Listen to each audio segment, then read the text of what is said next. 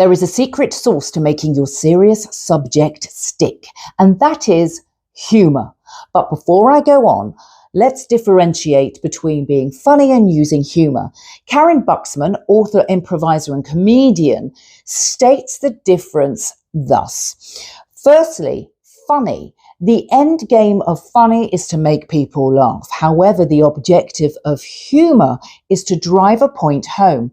Think of it more as a brain smile rather than the head-tossing hilarity of funny. It doesn't need to be that in order to work. And here are 3 reasons that humour works with content that is dry, technical, or serious. And the first reason is contrast.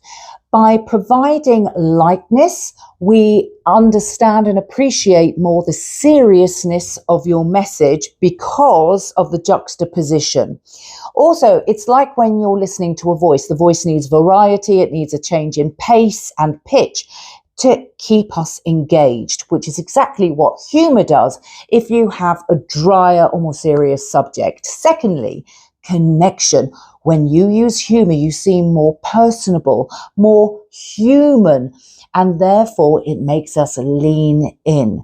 And thirdly, chemicals. If I were to say Harvard Mahoney to you, you might think he's an Irish comedian, but the Harvard Mahoney Neuroscience Institute discovered that when we find something amusing, what happens is we release a cocktail of feel-good neurotransmitters, such as dopamine, oxytocin, and serotonin, that render us more open, more receptive to your message. Obviously, this does come with a word of warning. I'm not saying use humour all the time. If you're talking about redundancies, for example, or anything that's life-threatening, brush humour aside because you don't want to seem insensitive. However, do apply humour in your content to provide the contrast, connection, or that feel-good openness that allows people to engage much more with your content.